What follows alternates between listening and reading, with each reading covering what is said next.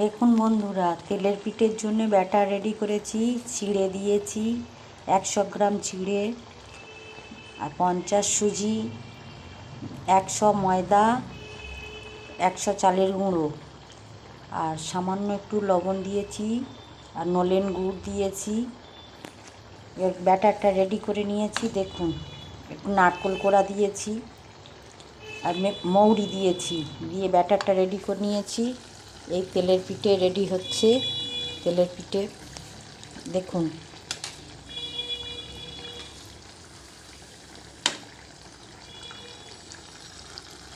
তেলের পিঠে রেডি হয়ে গিয়েছে।